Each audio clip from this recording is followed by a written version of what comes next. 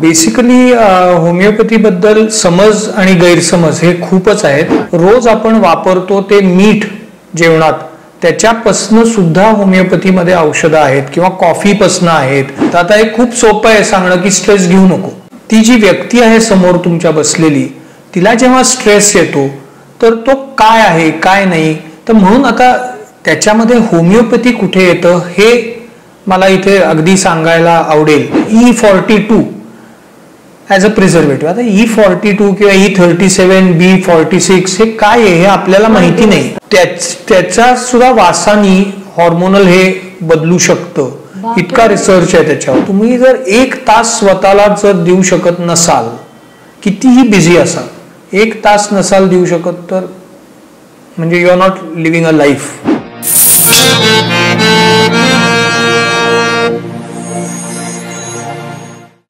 नमस्कार. गप्पा गोष्टी आणि माहितीचा खजिना लुटण्यासाठी पॉडकास्टचं डबोलय यूट्यूब चॅनलवर तुम्हा सगळ्यांचं मनापासून स्वागत. हल्ली आपण सगळेच जण वेगवेगळ्या प्रकारच्या आरोग्याच्या समस्यांना सामोरे जात असतो आणि मग एक उपचार पद्धती सूट झाली नाही किंवा त्याच्यातून आपल्याला हवे तसे परिणाम मिळाले नाहीत म्हणून आपण दुसऱ्या पद्धतीकडे जातो. असं बरंच काही होत असतं आणि त्याच्यामुळे आपण अनेक पद्धती आजमावून बघतो. अशीच एक उपचार पद्धती गेल्या अनेक शतकांपासून आपल्याकडे प्रचलित आहे, ती म्हणजे होमिओपॅथी. आणि त्या होमिओपॅथीमध्येच गेल्या 30 वर्षांपेक्षा जास्त काळ प्रॅक्टिस करणारे डॉक्टर अभय तळवलकर आज आपल्या बरोबर आहेत. नमस्कार डॉक्टर. नमस्कार. गेल्या 30 वर्षांपेक्षा जास्त काळ तुम्ही होमिओपॅथीमध्ये प्रॅक्टिस करताय आणि फक्त होमिओपॅथीत एवढंच ते न राहता वेगवेगळ्या कारणांसाठी त्याचा आपल्याला कसा वापर करता येईल याचा सुद्धा तुम्ही त्याच्यामध्ये विचार केलेला आहे. तर आज आपण आपल्या सगळ्या प्रेक्षकांना त्याच्याबद्दलच सांगणार आहोत. मुळात होमिओपॅथी बद्दल लोकांच्या मनात खूप समज आहेत, त्याच्याबद्दल तुम्ही काही सांगाल का? की त्याच्याबद्दल जी पथ्य असतात तर ती पाळायची नाही पाळायची, मग हेच खायचं की ते नाही खायचं, असे बरेच समज आहेत, तर त्याबद्दल काय सांगाल? हो, बेसिकली होमिओपॅथी बद्दल समज आणि गैरसमज हे खूपच आहेत. आणि बऱ्याच वेळेला आपल्याला असं दिसतं की लोक विचारतात की ह्याला खूप पथ्य आहेत किंवा ह्यापेक्षाही त्यांचं महत्वाचं एक कन्सेप्ट त्यांच्या डोक्यात असते की हे इमर्जन्सीमध्ये काम करेल का, मग हे मी चटकन काम करेल का वगैरे, असे बरेच प्रश्न, किंवा त्याच्यामध्ये स्टिरॉइड्स घातलेली आहेत का वगैरे, असे सुद्धा प्रश्न आम्हाला लोक खूपदा विचारतात. तर मुख्य म्हणजे काय आहे की होमिओपॅथी ही जी उपचार पद्धती आहे त्याचा शोध जो लागलाय तोच मुळात अशा हेतूनी लागलाय की शरीरावर कमीत कमी त्याचे दुष्परिणाम, कुठल्याही औषधाचे दुष्परिणाम होऊ नयेत आणि त्यासाठी कसं नैसर्गिकरित्या जी उपलब्ध औषधं आहेत किंवा ज्या वनस्पती आहेत त्याचा वापर करून औषधं तयार केली जातील. ती तयार करण्याची पद्धत सुद्धा एक वेगळी आहे आणि ती देण्याची पद्धत सुद्धा एक वेगळी आहे. त्यामुळे ती बऱ्याचदा त्या बारीक अशा साबुदाण्यासारख्या गोळ्यांमध्ये दिली जातात आणि म्हणून बऱ्याच लोकांना काही गैरसमज असतात. तर आता त्याच्यात असंही आहे की बाबा खाणं पिणं आणि काय ह्याच्याबद्दल काही पथ्य पाळायचे आहेत का, तर विशेषतः आम्ही असं सांगतो की मुख्य हे जाणून घेणं खूप महत्वाचं आहे की ही औषधं जी बनवतो आपण ती अगदी रोज आपण वापरतो ते मीठ जेवणात त्याच्यापासून सुद्धा होमिओपॅथीमध्ये औषधं आहेत किंवा कॉफीपासून आहेत किंवा असे जे पदार्थ आपण रोजच्या रोज हळद वापरतो त्याच्यापासून आहेत. तर ह्या पदार्थांना काही नॅचरल अँटीडोट्स असतात. म्हणजे समजा ते जर मेडिसिन आपण दिलं असेल आणि त्याच्या बरोबर जर कच्चा कांदा खाल्ला तर काही वेळेला त्याचा परिणाम होत नाही औषधाचा. तर अशा वेळेला फक्त आम्ही सांगतो की बाबा तुम्ही अमुक पथ्य पाळा, हे खाऊ नका किंवा ते खाऊ नका किंवा कॉफी पिऊ नका किंवा बऱ्याचदा आता आंबट पदार्थ आहेत किंवा कापूर, आता कॅम्फर आपण जे म्हणतो, तर ते न्यूट्रलाइज करतं बऱ्याचशा गोष्टी. त्यामुळे तुम्ही कॅम्फरचा वास सतत घेत असाल तरी औषधाचा परिणाम होणार नाही. तर अशा काही गोष्टी ज्या आहेत त्या वेळेला तो जे काय आम्ही औषध वापरतोय त्याच्यावर अवलंबून असतं. पण असं काही खूप अगदी स्ट्रिक्ट गाईडलाईन आहे की असं हे नाहीच चालत. फक्त एक अर्थात दुसरं एक असं आहे त्याच्यात की तुम्ही होमिओपॅथिक औषध जे आहे ते जिभेवर विरघळतं असं एक स्टँडर्ड त्याचं हे आहे. तर ते सुद्धा का, कारण that is the place from where maximum absorption आणि इमिजिएट ऍब्सॉर्प्शन होईल. तुम्ही जर कधी ऐकलं असेल किंवा बघितलं असेल तर बऱ्याचदा इमर्जन्सी मध्ये सुद्धा ॲलोपॅथिक औषधं जिभेखाली देतात, तर त्याचंही तेच कारण आहे. तर त्यामुळे तुम्ही जेवण केलं असेल, काहीतरी खाल्लं असेल आणि इमिजिएटली औषध घेतलं तर त्याचा असर होणार नाही. म्हणून एक जेवण खाण याच्यात आणि औषधात 15-20 मिनिटाचं अंतर ठेवा वगैरे असे आम्ही काही बेसिक हे सांगतो लोकांना. बाकी फार अगदी खूप अगदी त्याला काहीतरी असे कायदे वगैरे आहेत असं नाहीये. पण याच होमिओपॅथीचा वापर तुम्ही आत्ताच्या काळामध्ये एक खूप गहन मोठी समस्या जी बनलेली आहे इन्फर्टिलिटी किंवा वंध्यत्व, त्याच्यासाठी तुम्ही काम करताय, तर मुळात होमिओपॅथीचा त्याच्यासाठी वापर करावा असं का वाटलं आणि मग ती तुमची पद्धत कशी आहे? हा, ती एक छोटी स्टोरी आहे, थोडीशी एक त्याला एक हे आहे, सांगितलं तर चालेल ना? अर्थात अर्थात.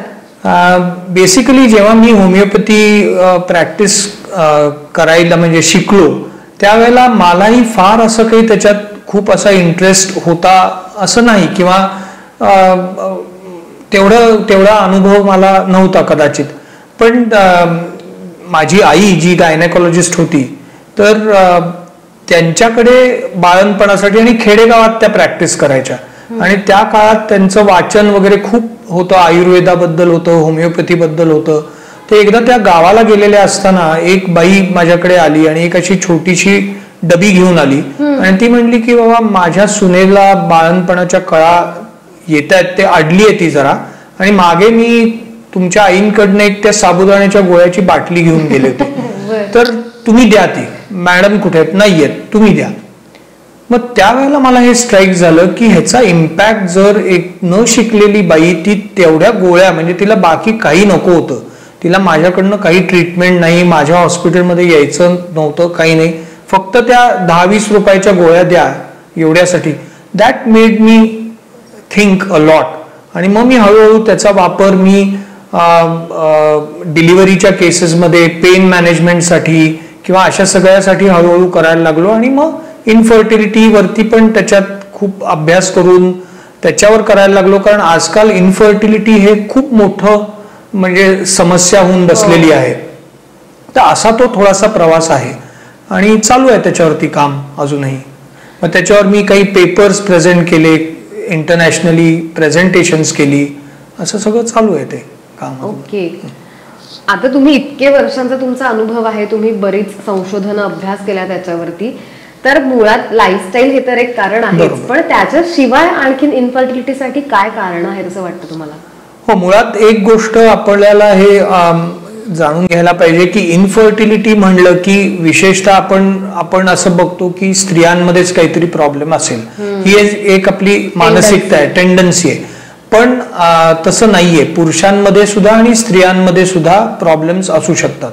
तर आता टेक्निकली खूप साऱ्या गोष्टी आहेत की त्याला आम्ही कारणं काय काय आहेत वगैरे हे सगळं, प्रायमरी इन्फर्टिलिटी, सेकंडरी इन्फर्टिलिटी वगैरे अशा बऱ्याच त्या हे आहेत. पण आपण जर का विचार केला या सगळ्या गोष्टींचा, तर त्याच्यामध्ये मुख्य आत्ता जो वाढतोय प्रॉब्लेम, त्याच्याकडे का वाढतोय, तर आता आम्ही असं बघतोय की आत्ताची जी ही स्पर्धा आहे, स्पर्धात्मक सगळं आहे, म्हणजे मुलींनी शिकलं पाहिजे, त्याच्यात गैर काहीच नाहीये, किंवा त्यांनी काम केलं पाहिजे ह्याच्यातही गैर काही नाही. पण आपलं बेसिक जे पूर्वापार जे आपली हे आहे की ज्याच्यामध्ये एखादी स्त्री जी आहे, she is the only one who can actually give birth to a child. पुरुषाला ते काही मूल होऊ शकत नाही. तर म्हणजे निसर्गाने काही ठराविक गोष्टींची जबाबदारी स्त्रियांकडे दिलेली आहे, काही ठराविक गोष्टींची पुरुषांकडे आहे. तर जेव्हा आपण पूर्वापार सुद्धा बघतो, तर पूर्वी सुद्धा स्त्रिया काय करायच्या, आता घराची काळजी घे किंवा घरातलं स्वयंपाक अमकं तमकं हे सगळं त्यांच्याकडे होतं, आणि पुरुष बाहेर जाऊन नोकरी करून हे करायचे किंवा काम करायचे, जंगलात शिकार करायचे. आता काय झालंय, आता दोघंही बाहेर काम करतात, आणि आता ते जे जंगल होतं पूर्वी त्याच्याऐवजी कॉन्क्रीटचं जंगल निर्माण झालंय. त्यामुळे प्रदूषण आहे, असे बरेचशा गोष्टी आहेत. आणि स्ट्रेस, सगळ्यात महत्वाचा जो आपण हे बघतो तो स्ट्रेस आहे. Stress factor is very very important. आणि मग तो जो स्ट्रेस आहे त्याच्यामुळे होणारे हॉर्मोनल चेंजेस आहेत, किंवा कुठल्याही म्हणजे तुम्हाला तुमच्या मनामध्ये किंवा तुम्हाला ज्या काही भावना आहेत किंवा इमोशन्स ज्या आहेत, ज्या आपण एक्सपिरियन्स करतो, एखाद्या वेळेला राग येतो किंवा काही जे आपण चिडतो लोकांवर, काही ह्या सगळ्याचा परिणाम जो आहे तो तुमच्या हॉर्मोनल सिस्टीमवर होतो. आणि त्याचं हॉर्मोनल सिस्टीमचं हे एकदा बिघडलं की मग एक एक वेगळे वेगळे आजार दिसायला लागतात. स्त्रियांमध्ये आपण बघतोय की PCOS नावाचं एक तुम्ही ऐकलं असेल की पॉलिसिस्टिक ओव्हरीज, तर हे आहे. किंवा एंडोमेट्रिओसिस सारखा जो आजार आहे तो पण खूप आता अलीकडे वाढतोय. तर ह्या सगळ्याची कारणं मुळात काय आहे की स्ट्रेस फॅक्टरमुळे झालेला हॉर्मोनल इम्बॅलन्स. आणि मग ते शरीर सतत ते हॉर्मोन्स जागेवर आणण्याचा प्रयत्न करत असतं, पण ते करत असताना जोपर्यंत ते नॉर्मलला येत आहेत तोपर्यंत नवीन स्ट्रेस उभा राहतो. हे पूर्वी आपल्याला स्ट्रेस फक्त जंगली प्राण्यांचा होता. आपण जेव्हा जंगलात राहायचो तेव्हा वाघ, सिंह वगैरे ते आपल्याला मारतील, खातील वगैरे. आता तो रिप्लेस झालाय बॉस किंवा कॉर्पोरेट ह्यातला जो कोण हे असेल, HR हेड, अमकं तमकं, किंवा सासू सून, हे सगळं जे डायनॅमिक्स आहे त्यांनी जे होणारे परिणाम आहेत हॉर्मोन्सवरती, त्यांनी खूप साऱ्या गोष्टी आहेत. मग बाकी मी म्हणलं तसं PCOS म्हणलं तसं आहे, किंवा पेल्विक इन्फेक्शन्स होतात, त्याच्यामुळे ट्यूब्स ब्लॉक होणं, किंवा त्यानंतर बेसिकली पिरियड्स वेळेवर न येणं, वेट गेन. आता ह्या सगळ्या मागचा जेव्हा आपण हे काढतो तेव्हा फूड हॅबिट्स आपल्या बदलल्यात, खाण्यापिण्याच्या सवयी, व्यायामाचा अभाव.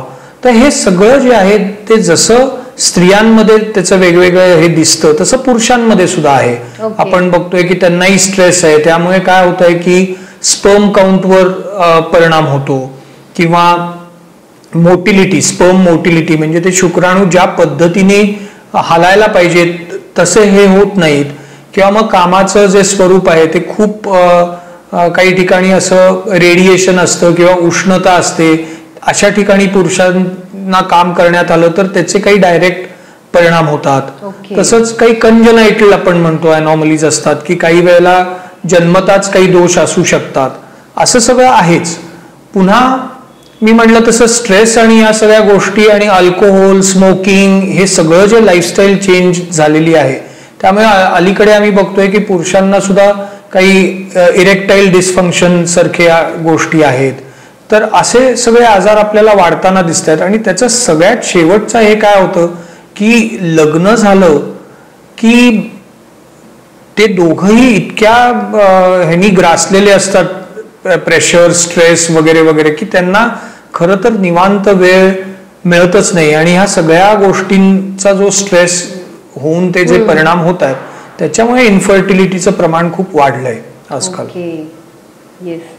मग त्याच्यावरती उपाय काय? पण कारण आता जी स्पर्धा चालू आहे संपूर्ण जगामध्ये ती तर आपण थांबवू शकत नाही, जे धावायचंय ते आपण थांबवू शकत नाही, पण हे सगळं सुरू असताना मग हे बॅलन्स कसं करायचं? बरोबर, हा खूप चांगला प्रश्न आहे. आता हे सुरू असताना बॅलन्स, आम्ही नेहमी सांगतो, म्हणजे अर्थात आपण आता जेव्हा आमच्याकडे कोणी असं येतं की बाबा लग्न होऊन 1-2 वर्ष 3 वर्ष झाली आहेत, 4 वर्ष झाली आहेत आणि वी आर ट्राईंग आणि आम्हाला नाहीये काही हे झालेलं, तर मग त्याची एक ठराविक आमची जी पॅरामीटर्स असतात त्याप्रमाणे इन्व्हेस्टिगेशन्स आम्ही करतो, काय कुठे आहे गडबड वगैरे. तसं मी म्हणलं तसं बऱ्याच मुलींना किंवा स्त्रियांना आम्हाला PCOS आहे किंवा एंडोमेट्रिओसिस आहे, तर मग ते आधी बरं करणं आणि मग आपल्याला म्हणजे हे सायमल्टेनियसली करावं लागतं.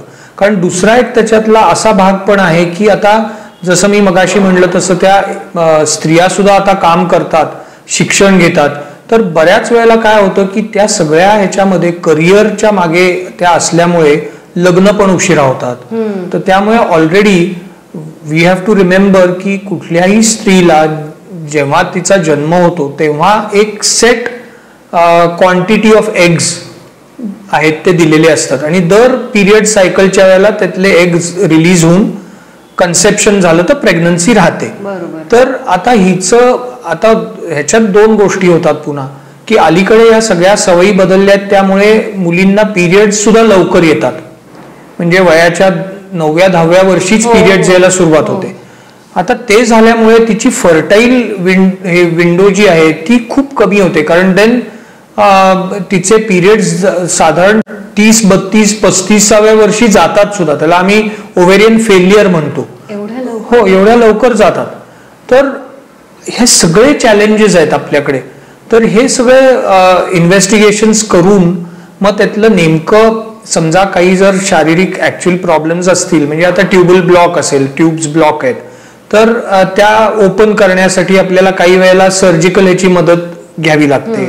बऱ्याचदा सर्जिकल ह्यानी सुद्धा होत नाही, त्यावेळेला आम्ही काही स्पेसिफिक होमिओपॅथिक औषधं सुद्धा त्याच्यात वापरतो की ज्यामुळे ते जे स्पॅझम असेल किंवा तो ब्लॉक असेल तो रिलीज होतो. It has to be a holistic approach की तुम्ही फक्त तिला हे अमुक 1, 2, 3, 4 आहेत गोष्टी, म्हणजे समजा PCOS आहे, तर PCOS किंवा PCOD जेव्हा असतो तेव्हा ठराविक काही लक्षणं असतात, म्हणजे त्यांचे ब्लड शुगर वाढलेली राहते, वजन वाढत राहतं, पिरियड्स वेळेवर येत नाहीत. बऱ्याचदा आपण असं बघतो की स्त्रियांना चेहऱ्यावर केस येतात वगैरे. असं सगळे हे जे काय हे आहे that is a classical picture of PCOS. मग नुसतं ते आपण त्याला काहीतरी गोळ्या औषधं देऊन होणार नाहीये, कारण हे सगळं झालाय परिणाम तो लाईफस्टाईल चेंज झाल्यामुळे झालेला आहे. तर त्याच्याकडे पण आपल्याला बघायला पाहिजे. म्हणून आम्ही मग त्यांच्या खाण्यापिण्यात काय आहे ह्याच्यावर लक्ष देतो. व्यायामाचा अभाव दिसतोय आता, खूप लोक आपण बैठं काम करतो, हालचाल नाही, त्यामुळे होणारे दुष्परिणाम आहेत. मग आपण सतत इंडोर असतो किंवा AC गाडीतनं जातो, AC ऑफिसमध्ये बसतो, तर त्यामुळे आपल्याला व्हिटॅमिन D कमतरता भासते. मग व्हिटॅमिन D, व्हिटॅमिन B12 हे कमी असेल तरी इन्फर्टिलिटी हे सॉल्व्ह होत नाही. तर अशा सगळ्या गोष्टींचा विचार आपल्याला करायला लागतो. आणि मग त्याचबरोबर इमोशनल काही गोष्टी आहेत, बरोबर, की समजा टेन्शन आहे, स्ट्रेस आहे. तर आता एक खूप सोपं आहे सांगणं की स्ट्रेस घेऊ नको, पण दॅट इज नॉट, म्हणजे ते मला सांगणं खूप सोपं आहे, पण ती जी व्यक्ती आहे समोर तुमच्या बसलेली, तिला जेव्हा स्ट्रेस येतो तर तो काय आहे काय नाही.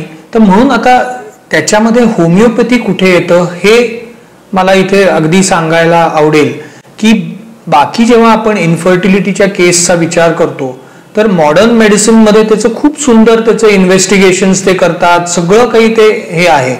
परंतु एका इमोशनल ह्यानी जो विचार करायला पाहिजे तिथे तो नसतो. तिथे तो बरचसं मेकॅनिकल हे आहे की तुम्ही हे आत्ता हे ओव्ह्युलेशन डेज अमुक आहे ह्या दिवसातच हे झालं पाहिजे वगैरे. त्यामुळे त्याचं सुद्धा खूप प्रेशर येतं. एक्झॅक्टली. त्या बायकांना त्याचंही प्रेशर येतं की नाही डॉक्टर त्यांनी मला सांगितलं ह्या विंडोमध्येच तुम्ही हे करा. तर ते इतकं मेकॅनिकल होऊनही चालत नाही.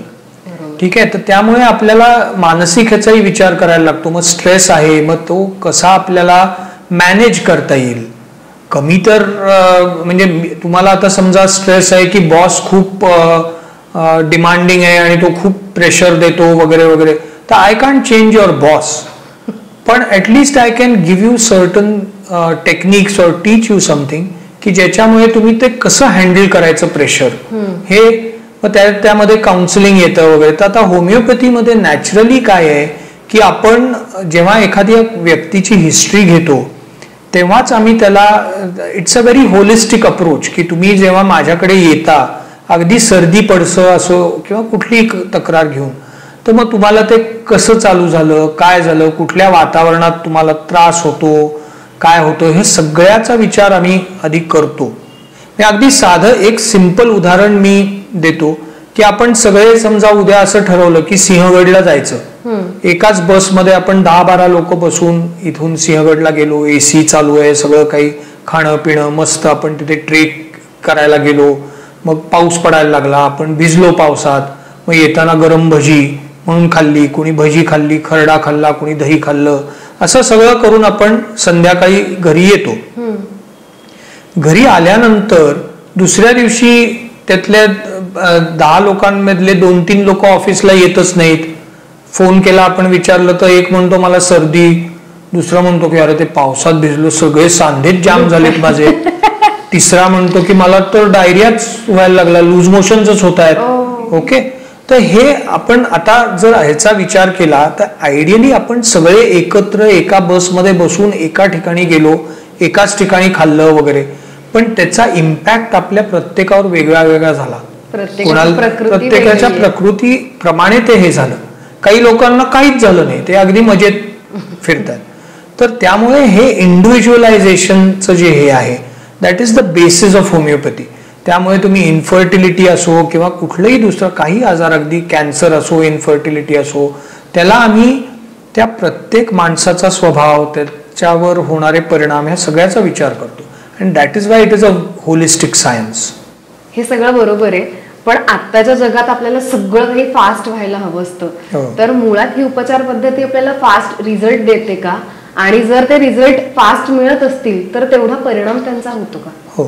तर आता हा एक गैरसमज आहे की होमिओपॅथी स्लो आहे, होमिओपॅथीला वेळ लागतो. आणि म्हणजे जनरल लोक त्याचा एक आम्हाला फायदाही होतो की हा ठीक आहे, चला वेळ लागतो असंच मानसिकता घेऊन माणूस आमच्याकडे येतो. त्यामुळे पण मगाशी मी म्हणलं तसं की अक्यूट इमर्जन्सी केसेस मध्ये सुद्धा होमिओपॅथिक हे वापरता येऊ शकते का? तर हो, येऊ शकतं. तर आता आपण इन्फर्टिलिटी बद्दल बोलतोय म्हणून मी त्यातलंच एखादं उदाहरण देतो की आता एखाद्या स्त्रीला सगळ्यात तिची मोठी परीक्षा म्हणतो आपण, किंवा हे काय असतं तर प्रसूतीच्या वेळेच्या वेदना असतात किंवा त्या वेळेला लेबर पेन्स जे आहेत ते. तर मी आता होमिओपॅथिक औषधं जी वापरली आहेत ती ड्युरिंग लेबर सुद्धा वापरली आहेत.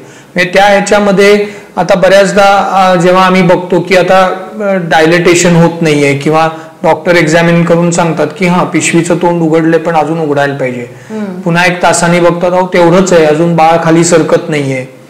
तर अशा वेळेला मग काय सेफेस्ट हे काय आहे तर होमिओपॅथिक औषधं आहेत की जी दिल्यानंतर ही प्रोसेस स्पीडअप व्हायला मदत होते. किंवा अक्यूट इमर्जन्सीमध्ये कित्येक वेळेला आम्ही असं बघतो की काही वेळेला इतक्या वेदना होतात की त्या कंट्रोल होत नाहीत, आणि मग त्यावेळेला काय असं आपण झोपेचं इंजेक्शन द्या वगैरे असं काही देऊ शकत नाही.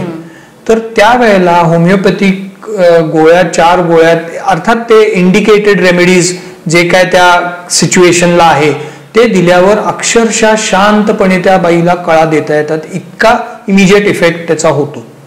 तर हे मी स्वतः अनुभवलंय, मी खूप पेशंट्स वरती वापरलंय. त्यामुळे होमिओपॅथीमध्ये इमर्जन्सीला ट्रीटमेंट आहे का, इमिजिएटली ऍक्ट होतं का, तर होतं. फक्त पुन्हा मी म्हणलं तसं की it is very very accurate.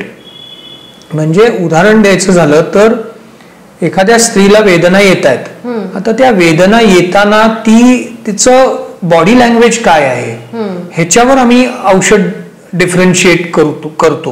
म्हणजे समजा ती अगदी इतक्या वेदना येतात की ती सगळ्यांना शिव्या घालते की काय मला नाही, हे सहन होत नाही, कळत नाही का डॉक्टर, तुम्हाला अक्कल नाही का, असं सुद्धा पेशंट बोलतात. आणि त्यावेळेला आम्ही औषध त्या ह्याच्या आधारावर की ही कशी बोलतीये, कशी वागतीये ह्याच्यावर आम्ही औषध वेगळं देतो, आणि एरवी काही दुसरं एक्सप्रेशन असेल तर वेगळं देतो.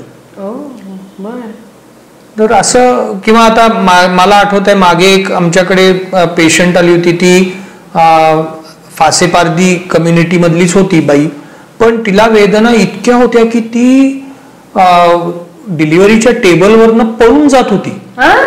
म्हणजे आम्हाला असं तिला आणून परत अगं थांब थांब थांब, म्हणजे शेवटी असं झालं की त्या हॉस्पिटलचं गेट बंद करावं लागलं आम्हाला, इतकं तिला ते व्हायलंट पेन आणि हे होतं.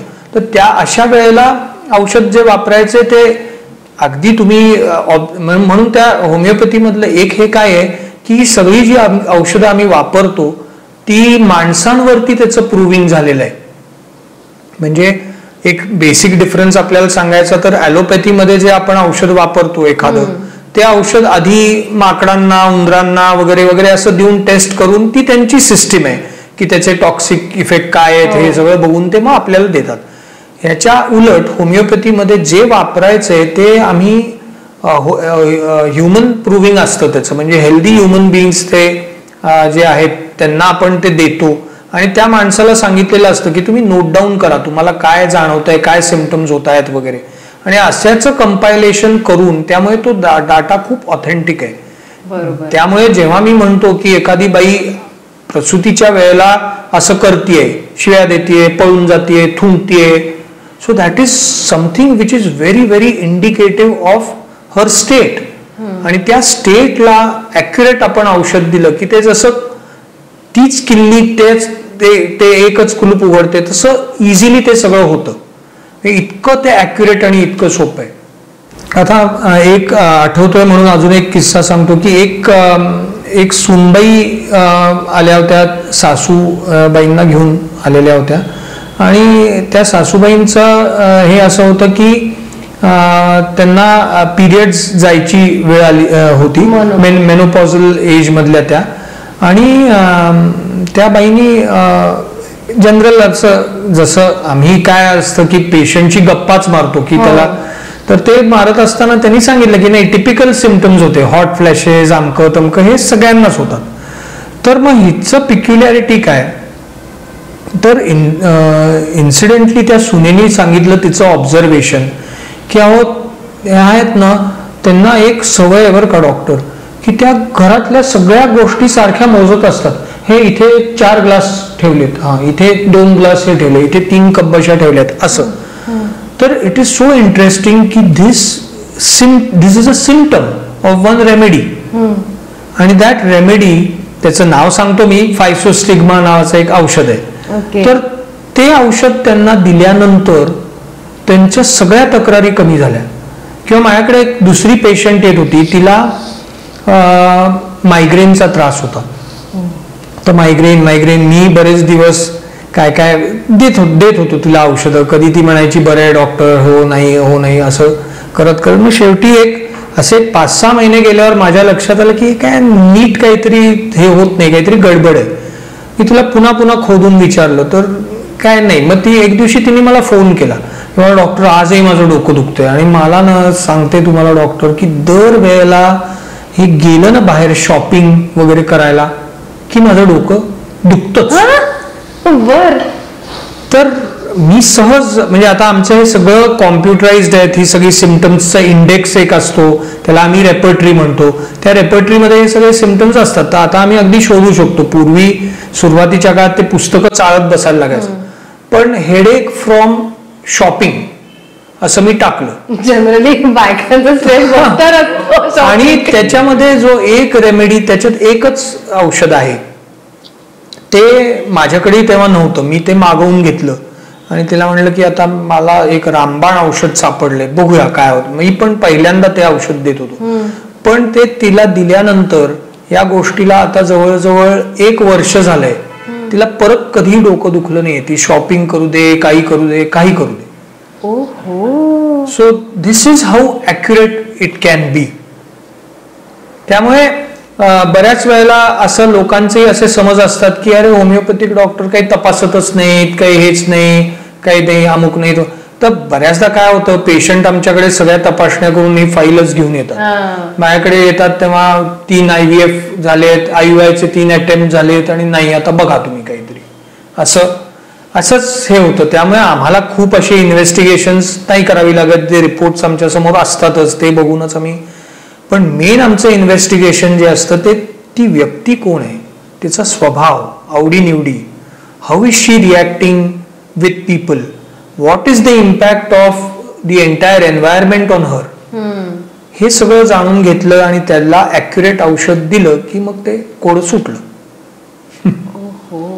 म्हणजे खूप सोपं आहे पण तरी गुंतागुंतीचं आहे. हो, हे खूप सोपं, म्हणजे आता हे मी इतकं सोपं सांगितलंय, पण ह्या गोष्टी ज्या आहेत त्या जेव्हा आम्ही ते हे करतो, म्हणजे आता विथ ट्रेनिंग वी नो की आपल्याला काय प्रश्न विचारायचे, कसं ते तुम्ही व्हिडिओ एडिटिंग करता ना, तसं ते आम्ही डोक्यात एडिटिंग करत येतो. आणि then we ask specific questions की तुला हे आवडतं का, तुला अमुक आवडतं का. कारण माझ्याकडे तोपर्यंत ते एक पिक्चर तयार झालेलं असतं.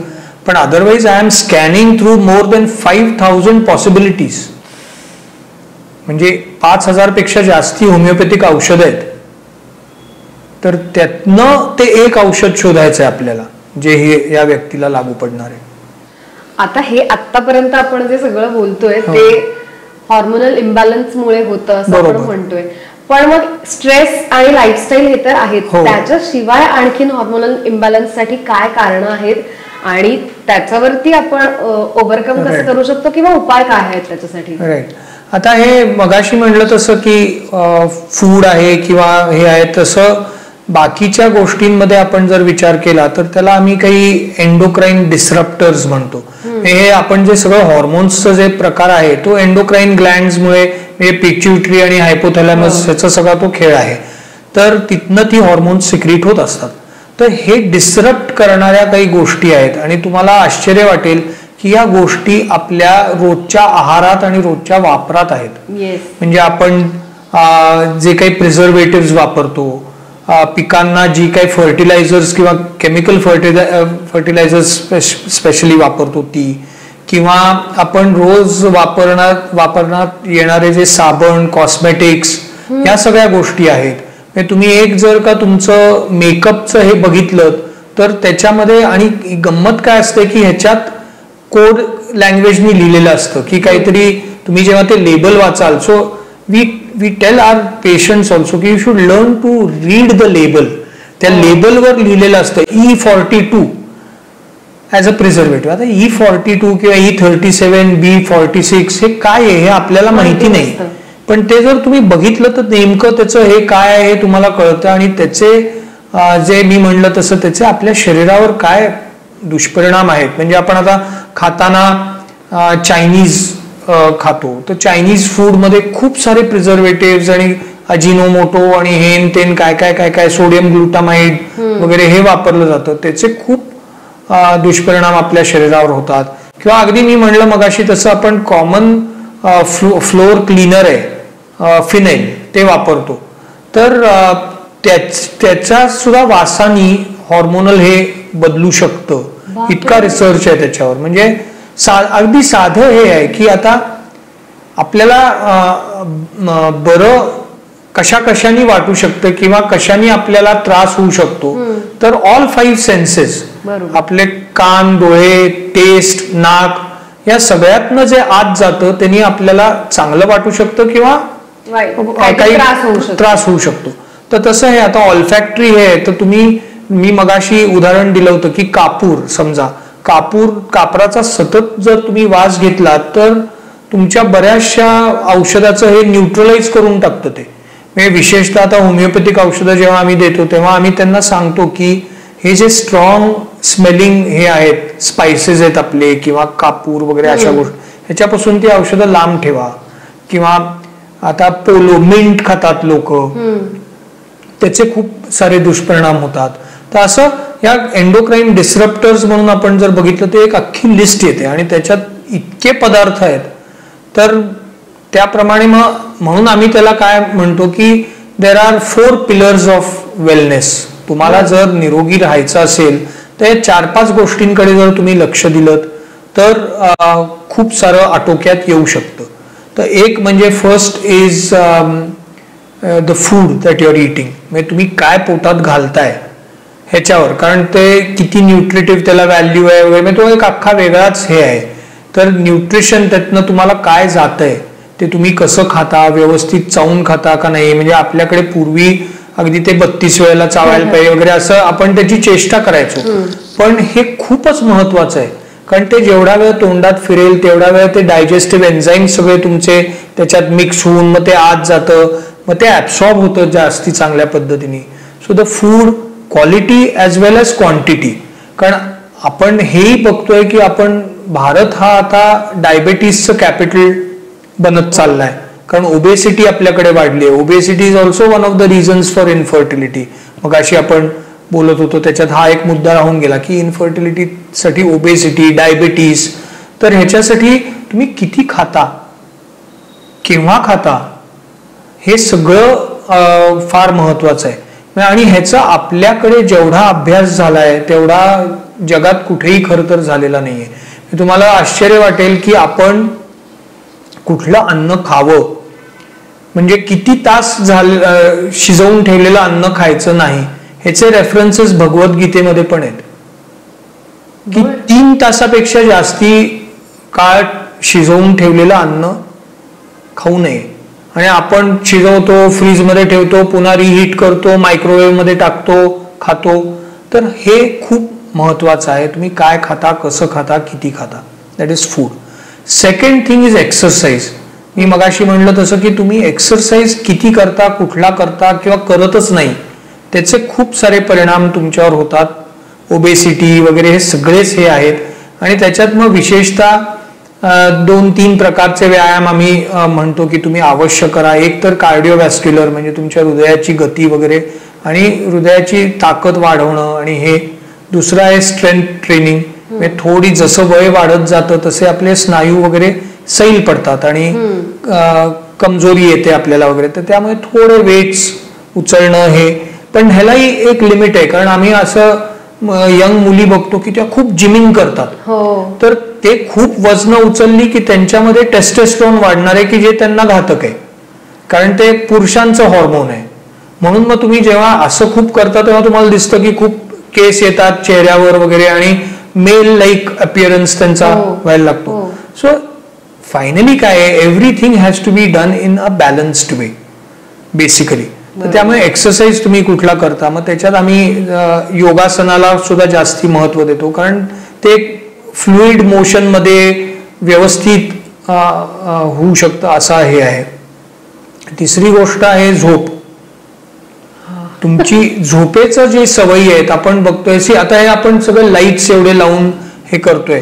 So in a way you are tricking your brain to believe की अजून दिवसच आहे.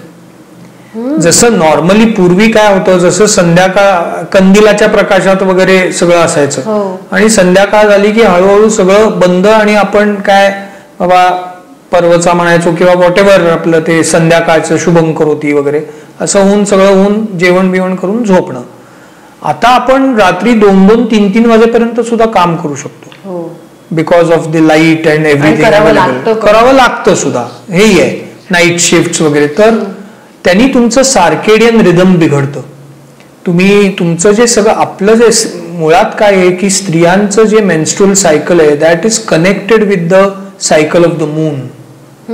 तर त्यामुळे तुम्ही अवेळी झोपणं, अवेळी खाणं वगैरे हे सगळं केलं की ती नैसर्गिक तुमची सायकल बिघडली की ऑटोमॅटिकली सगळं बिघडणार आहे. त्यामुळे झोप आणि ती डीप स्लीप पाहिजे, हे खूप महत्वाचं आहे. खूप वेळेला आम्ही बघतो की काहीतरी कानाला लावून आपले बघतायत आणि झोपायचा प्रयत्न करतायत किंवा काय, तर हे टाळलं पाहिजे. डीप आपल्याला स्लीप किती येईल हे महत्वाचं आहे. So we tell them to switch off everything by 9 o'clock, की संध्याकाळी रात्री 9 वाजले की तुमचं वायफाय अमकं तमकं हे सगळं बंद करा. आणि कारण त्या वायफाय त्या मॅग्नेटिक रेज आहेत ह्याच्या सगळ्याचा पण आपल्यावर खूप परिणाम होत असतो.